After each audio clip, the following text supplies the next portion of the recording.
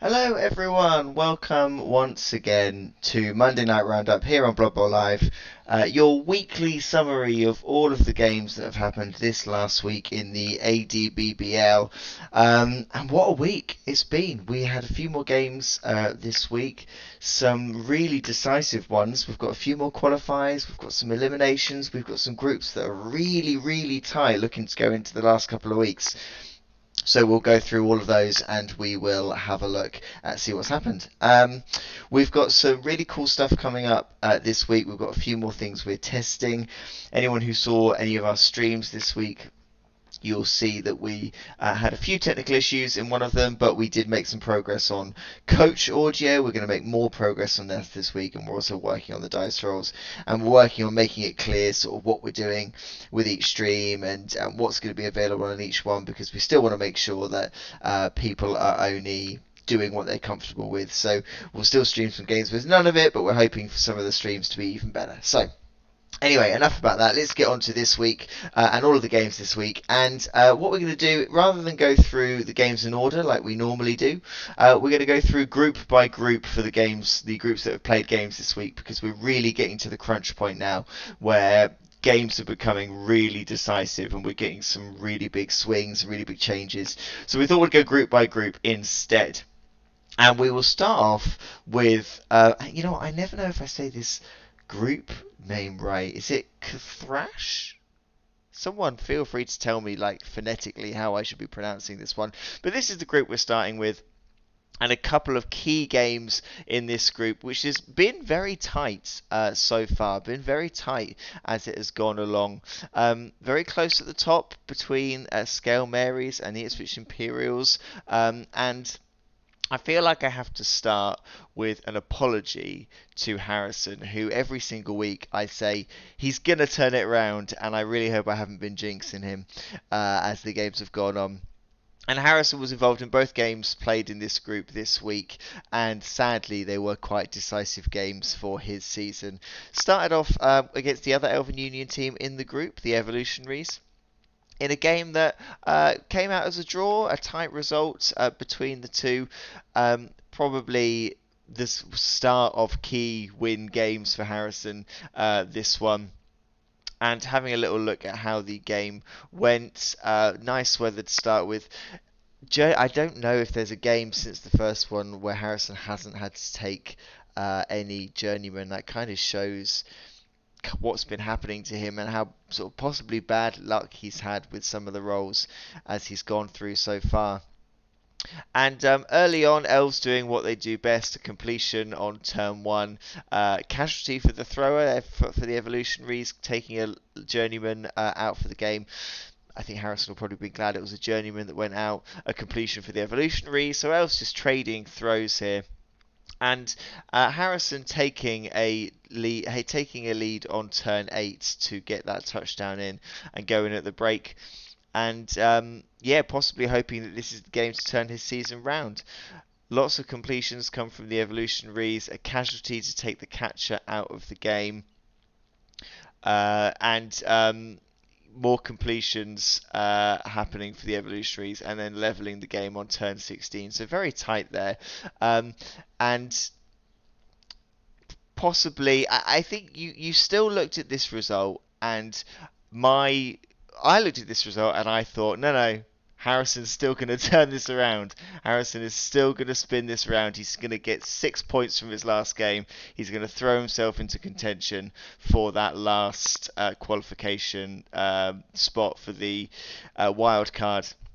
And then along came a Lizard team that have just been improving game on game. And I was playing one of my fixtures next to this one, and Elves were dropping left, right, and centre off the pitch. They were just going. The injury box was full. Knockouts. There were so many more Lizards on that pitch for so much of the game compared to the Elves, that it probably quite well summed up the season that Harrison's had. 22 injuries, as he said in the chat, 22 injuries that he's had this season, which is going to be one that's going to be difficult. I say it's going to be difficult to beat. I've not had a great week of games, and I'm now also on 22. But Yeah, having that many injuries, having that many journeymen in so many games that he's had to take, gives you an uphill battle. Absolutely. Looking at this game in particular, though, if we have a little look, inducement wise, actually the Scale Marys could take some inducements in this game, and you can see the way the game started to turn immediately. Casualty, agility busting the catcher, that's going to hurt. Another casualty, miss next game on the lineman. A foul, badly hurt on another lineman. Uh, Billy sent off for the foul. Billy's the dirty player skink, I believe, and has got quite a few. We'll have a look at the tables later. We've got quite a few fouls and sent off, I think, on that side. Blitzer gets a casualty in, and agility busts Thesaurus. I mean, as a lizard coach, I think you're probably not going to mind if they don't have great edge anyway. You're not going to be dodging with a Saurus. As it is. And then the thrower, badly hurt, goes out again, and turn 8, a touchdown for the Scale Marys to take the lead. Second half, a completion comes in for the Blitzer. More fouls, more casualties, and that catcher, I mean, again, another casualty, killing the catcher that's probably been one of Harrison's strongest players as the season's gone on, and then taking the 2-0 win at the end there. And we can now confirm Harrison's played all his games. He is our second elimination, but it sounds like he's had a great time playing. Harrison, you can tell us whether you're going to stick with the Elves, whether you're going to try something else, or whether you're going to see what you can do with this team next season, or even in the streets as well, which Harrison is now eligible to jump into and see if he can claim a title there. So well done. He's got his 6 games in and persevered through some really horrible bad luck there. So well done to Harrison. Well done to Scale Marys, looking very strong in this group, and well done to the Evolutionaries for the previous game. A draw, maybe not what they're looking for, but they do still have a couple of games remaining. They can still put up a fight in this group. Elves are going in the bin from Harrison. Great to hear. Scott will be absolutely delighted at the sound of the Elves going in the bin. So looking at where this group stands now then, Scale Marys sit at the top with 1 game left. Imperials very close in second with 1 game left. The Evolutionaries are the key team here now that can change this group.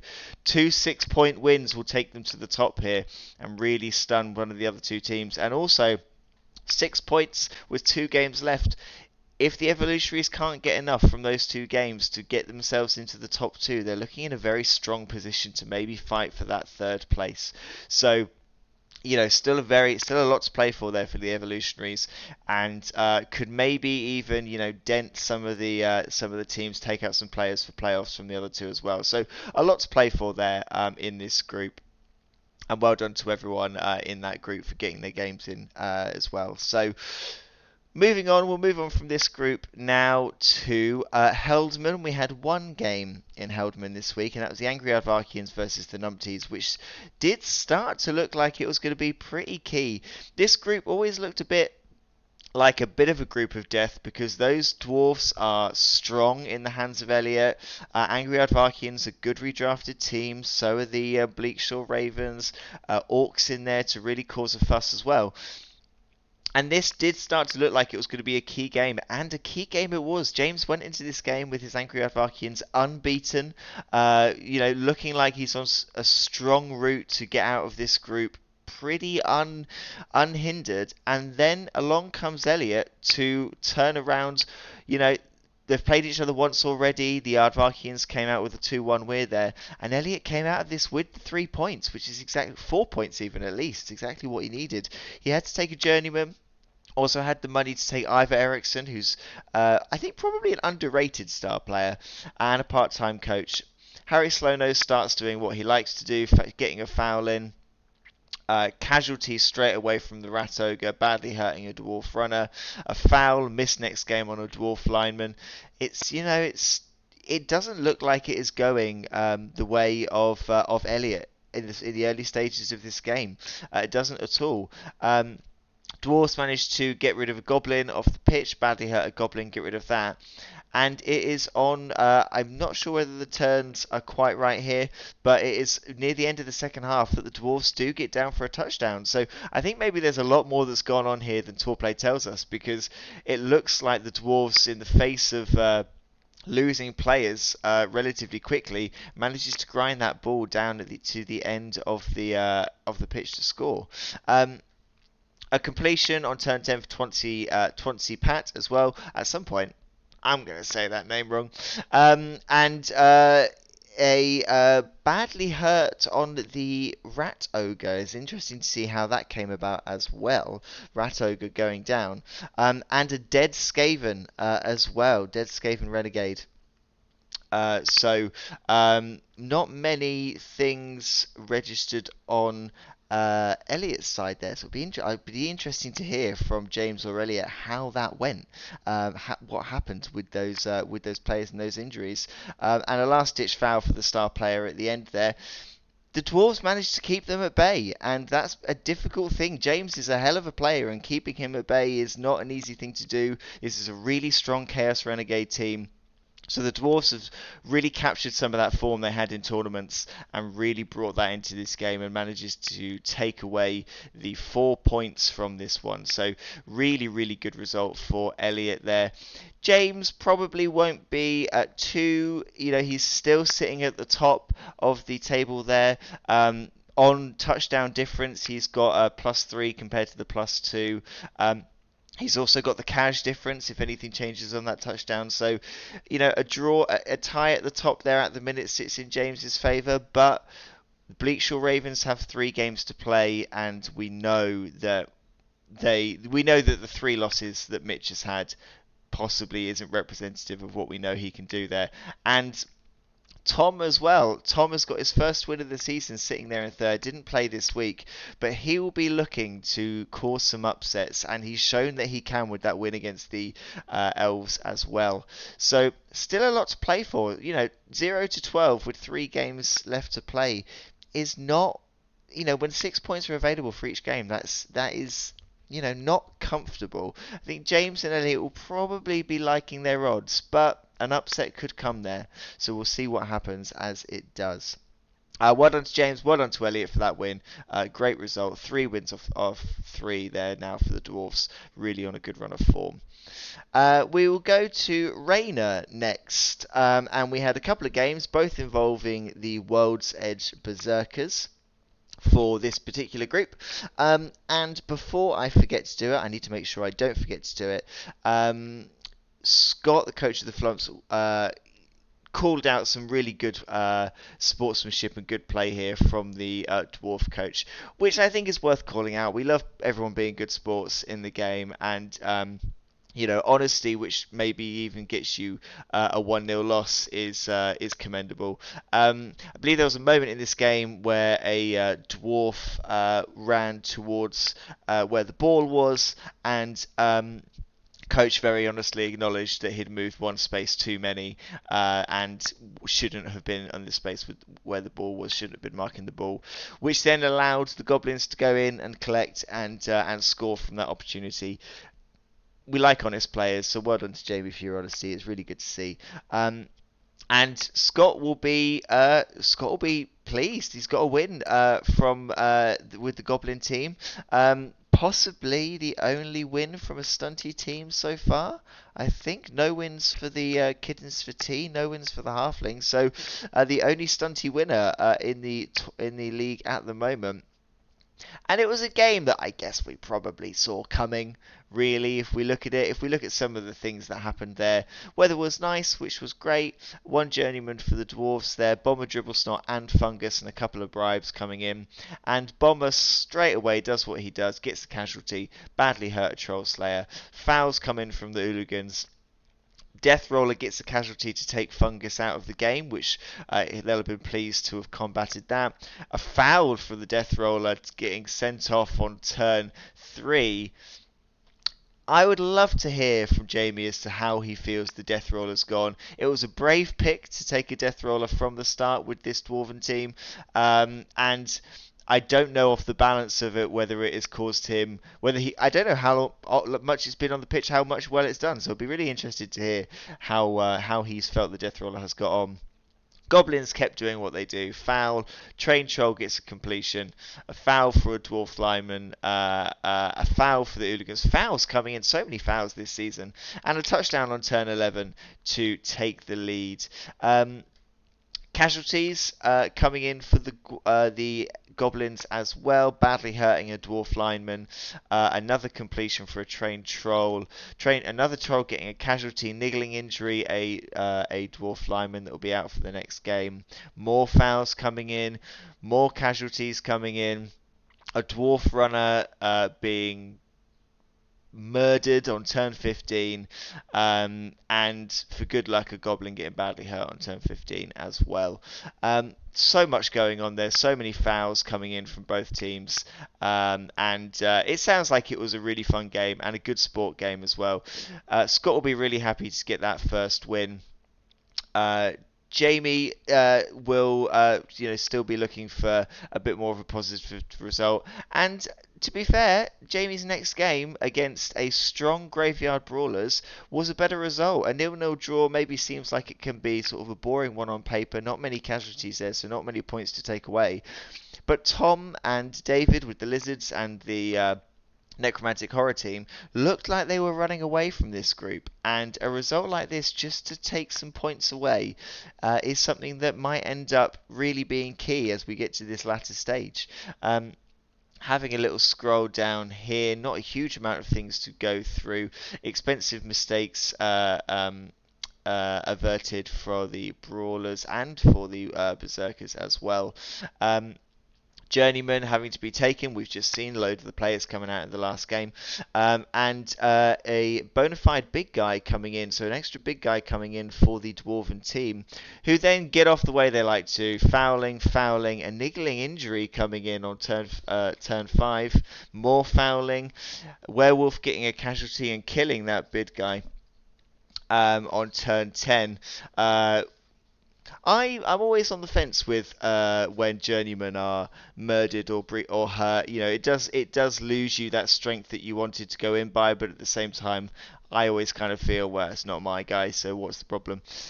Journeyman fouls on turn 12, a casualty for a dwarf blitzer. And the game's over. That's it. You know, it's not maybe not a huge amount there. Be interesting to hear from both coaches to see what went on there. Key thing I think from this one is the Graveyard Brawlers getting that Werewolf MVP. Those 4 SPP for the Werewolf would be very, very important. That's going to be really helpful to skill up that player, because the Werewolves are so good for that Necromantic Horror, and when you skill them up, they are difficult to stop. So looking at this group then, Reptile Dysfunction still sitting pretty at the top with 3 wins out of 4. Graveyard Brawlers still sitting in second, having played 4 games. The Goblins now creeping up. Yeah, you know, 5 points there. It is now a lot tighter than it looked like this group was going to go. Did look like we were going to be a bit of a runaway at the top, but there is a lot to play for here. It is still tight, and I don't think you can rule any of those teams out based on their sort of constant improvement. So it'll be really interesting to see how that one goes over the next week. Moving on to Carve, where Iceborne Raiders were in action in 2 games against Fog Force and against the Inner Day Animals, looking to secure their qualification. And we can confirm after these 2 results, and based on the way things have gone in this group, John cannot finish lower than second, so well done to John. Secured qualification now, will be finishing in second place at least in this group. He's done so well with this team, bringing them in, brand new team for this season, not a redraft, and they've hit the ground running, and he's got some good results here. But as we will see from these 2 results, not unstoppable. So first we go with the game against Fog Force, which looks here like it was a tight game. Fog Force taking a couple of inducements there. The Valkyrie starting off strong with a casualty, and then fouls coming in from the Goblins, as Andy likes to do. Norse lineman getting badly hurt from a Black Hawk, more fouls coming in, a lineman missing next game, which of all the players on that Norse team to miss, probably the lineman isn't too bad. More casualties coming in for the Black Hawks, and a very late that the touchdown came. Andy's done really well this season as someone who hasn't played a lot of Blood Bowl before to come in and cause some problems to some players who have played quite a lot more. None of his games have been as sort of walkover as maybe some of them have looked. And actually, against John, against Jane, he has kept people at bay. He has held off, and he has done really, really well at making life difficult, making games very, very difficult. And this game, he made difficult on the stream. You could see it. You could see how close it was. And he was so close to pulling off a one-turn touchdown at the very end. He got the re-roll he needed from the kickoff event. He got the ball to the right player. He succeeded on the throw, needed the re-roll to do it, and just didn't manage to get the land. And he missed the land by the modifier. He rolled a 3, he needed a 4, and it was so close. I was absolutely gripped on the stream, hoping he would be able to pull it off. So he's done really well, Andy. He's still not out of it at the moment. He could still finish third, and third could be a very tight position. So there is still all to play for in his last games that he's got. John taking a win from that, and then moving on to play the Inner Day Animals in his next game, in what was a much tighter game, and the first time John has not won this season. Inner Day Animals managed to keep him at bay. And if we have a look at how the game went, a brutal blocker mercenary taken from the Iceborne Raiders. Casualties coming in later in the first half, taking out AG, busting that line woman. And I was playing next to this game, and a APOC was used in that instance, and it was a stat bust again. So there was very little to do about that. It's always painful when the APOC doesn't do what you want it to, and Jane found that in this game, losing that player on turn 6, a well-skilled player as well. Turn 9, the Python Warrior gets Skylar, who's done many, many completions so far this season, gets another completion in their back pocket.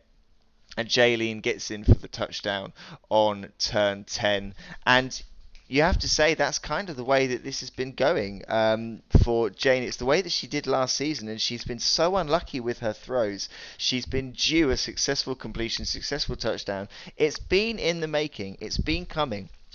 And I'm so happy that she managed to get something out of this game, because she has really had some horrid luck, especially with her throws. So it was really good to see that she gets that there. John then on the back foot, needing to come up to bring the game level, starts fouling, gets sent off on turn 10. Valkyrie gets beaten down and will miss the next game. That's going to be a miss for him on turn 11. But the touchdown did come. Holly, the replacement Valkyrie to replace Holly, who Jane killed in a previous game, comes in on turn 13 to get the touchdown and level the game. MVP wise, John will be very happy that the second Valkyrie got that MVP and gets a little bit of extra SPP there. Unfortunately, they are going to miss the next game, which could be a good one. But John's got the pressure off John a little bit more. Obviously, he still wants to get that first place, still wants to finish top in the group, get himself an easier draw in the last 16.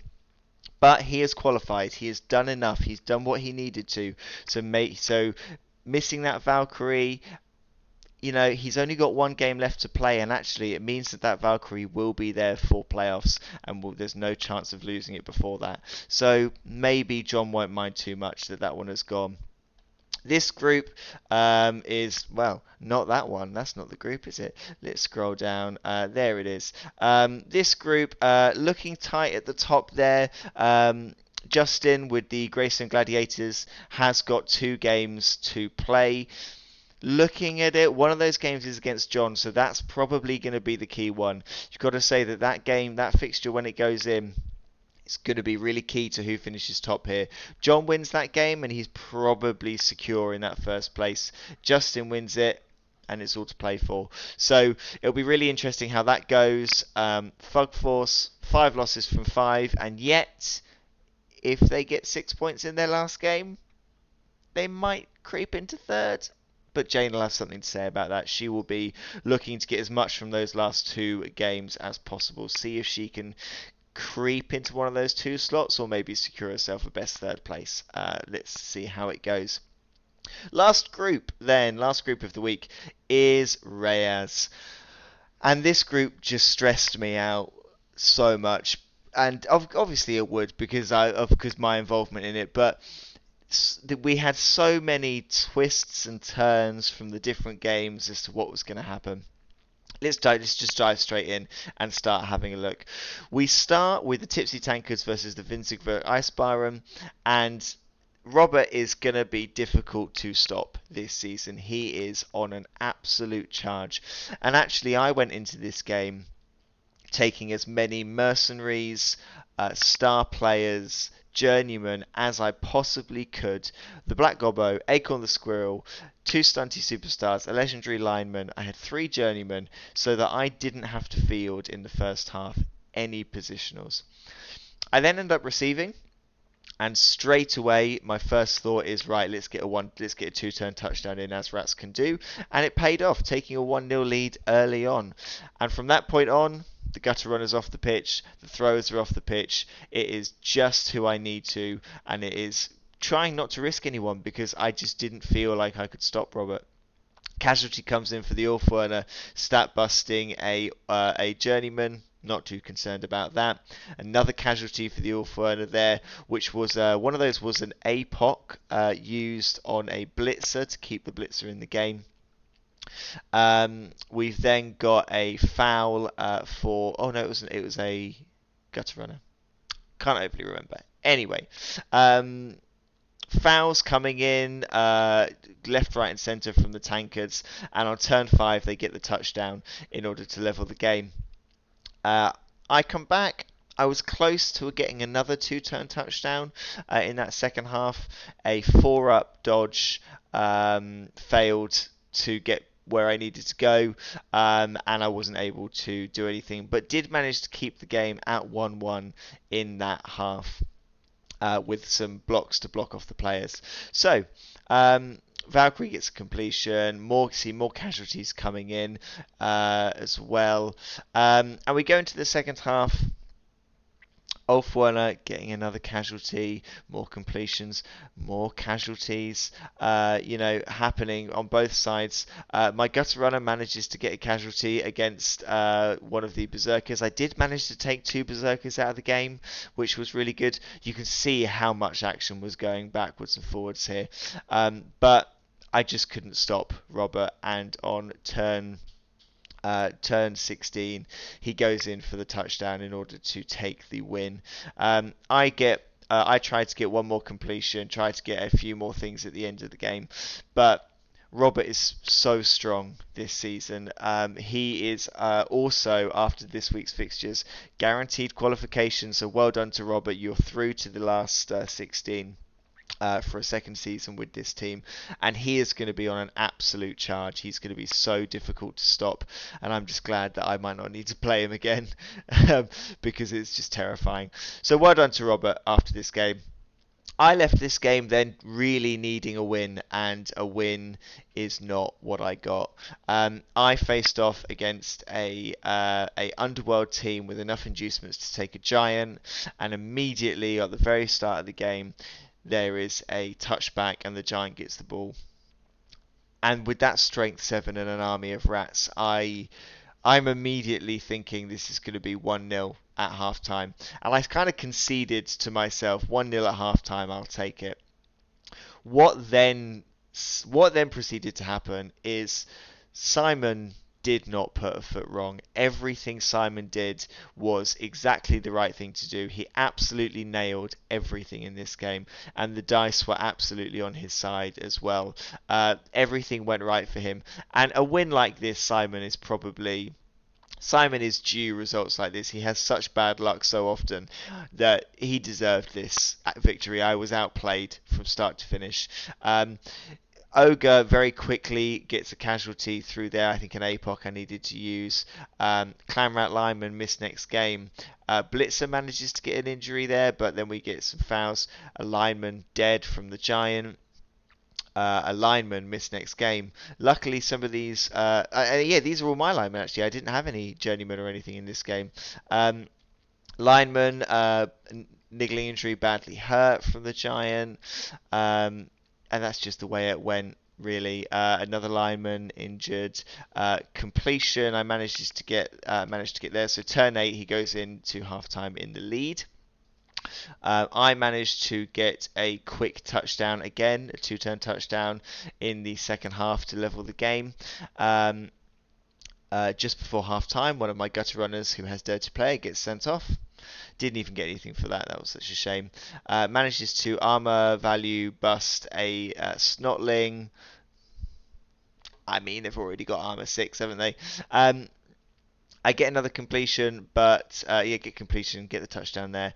And here we go. Completion, foul, foul, foul. Turn 14, touchdown. And at this point, I've got 2 turns. I managed to put enough pressure on to keep it to a 2-turn.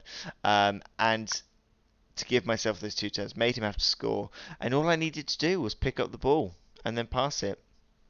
But I couldn't succeed on the pickup with a reroll, and I couldn't succeed on the pass with a reroll. It's just the way that my luck went, but that shouldn't take anything away from Simon doing everything right, putting everyone in the right place, so he capitalised so well on those 2 errors that I had in the second half, taking that touchdown, taking the 3-1 win. Getting that extra point, which is looking like it's going to be very key in this group. I get fortunate that my gutter runner gets MVP, and I pray for a better result, absolutely. And that better result came. That what I needed happened, and Andy swoops in with 3 losses from 3, looking like he's not gonna be able to get much from this, and comes in with an amazing game to finish the week on. So much happened in this game, and it was so backward and forward and so tight as well.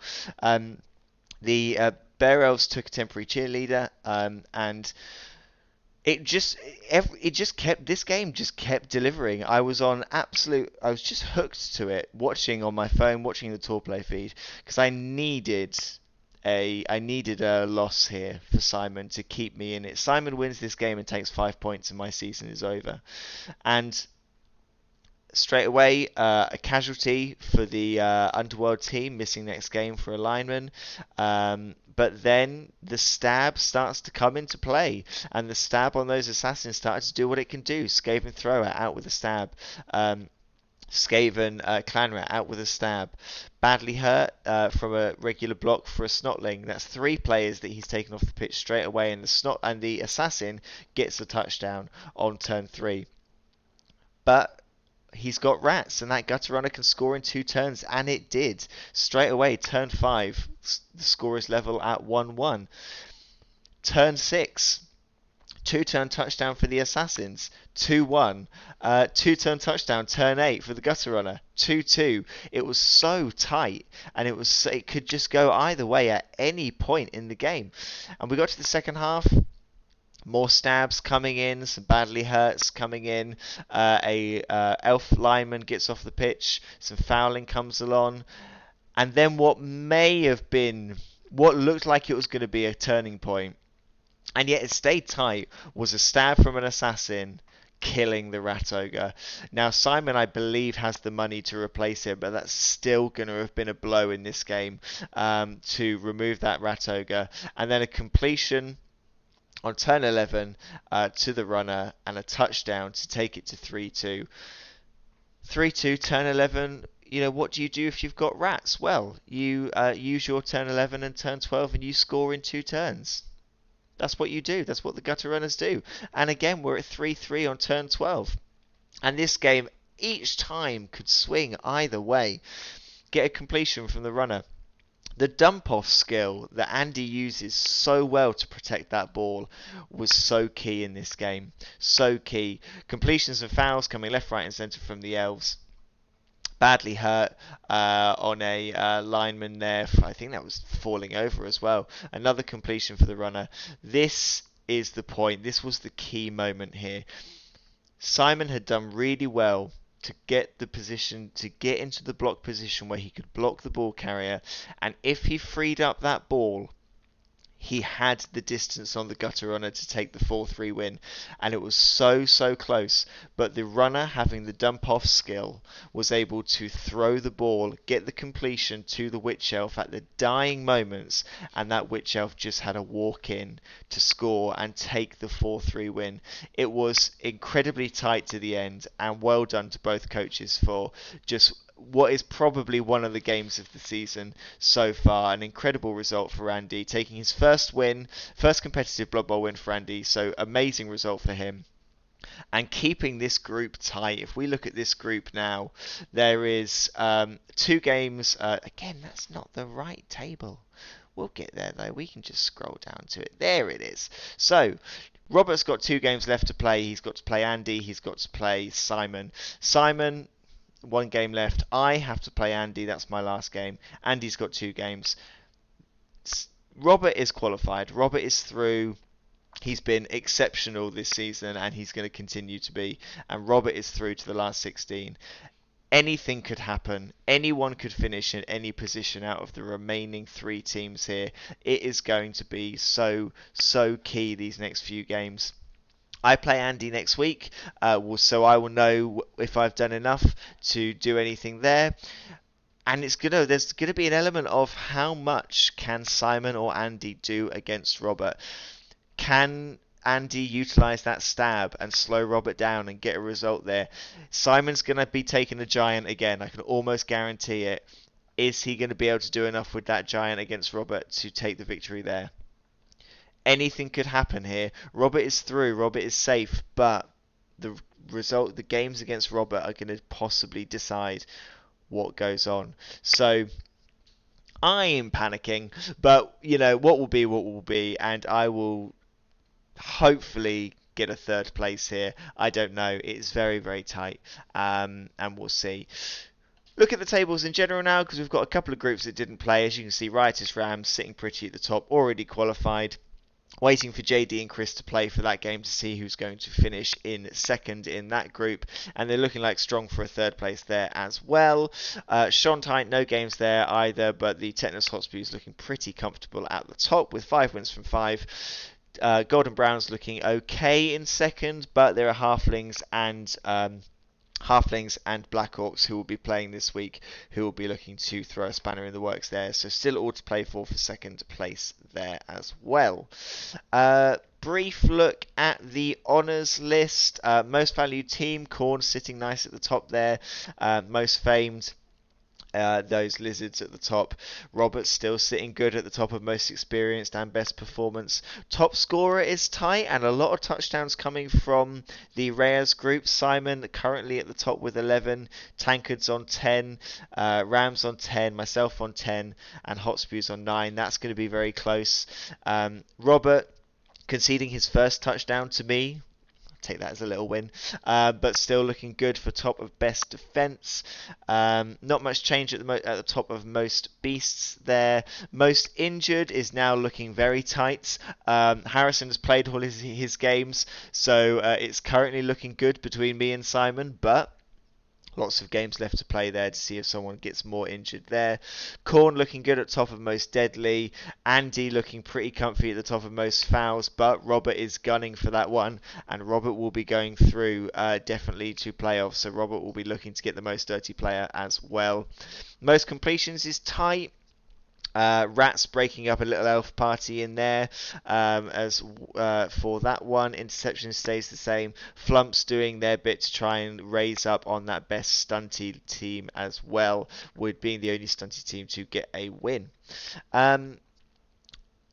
Lastly, we'll just have a little look at who has qualified. As we've said, Riotous Rams qualified very early on. Tipsy Tankards are through as well. Iceborne Raiders have guaranteed their qualification. Still 13 places up for grabs, and this week I reckon we're going to get a few more confirmations as well. So we'll see how games go, but well done to our 3 finalists already. they'll be happy with their performances to go through so quickly. They'll just be hoping to keep their teams in a good way so that that first playoffs game is a good one. We've now lost Harrison as well as having lost Nick already, who can no longer qualify. Both of you remember, though, King of the Streets is going to start to come into play now. Once you are mathematically eliminated, pick your team, come play some street games, and see if you can claim that title as well. So there is still stuff to play, still games to play, and a fun chance to give Gutter Bowl a try as well. That's it. We're, good 10 minutes over what I say, but I think I'll give up on the whole half an hour thing. Thank you, anyone, for watching. Thank you for contributing. Thank you for your continued enthusiasm. This league's been fantastic. It's been the best one yet, and it's going to continue to be. So thank you to everyone for all of your input.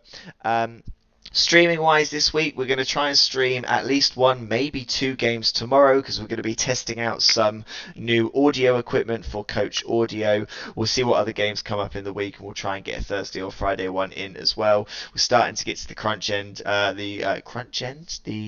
what's the phrase? I don't know. It's crunch time, and we're getting to some really key games at the end of the season, so we'll try and show you some of those as they come along. So have a great week of Blood Bowl, enjoy, and we will see you at the next stream.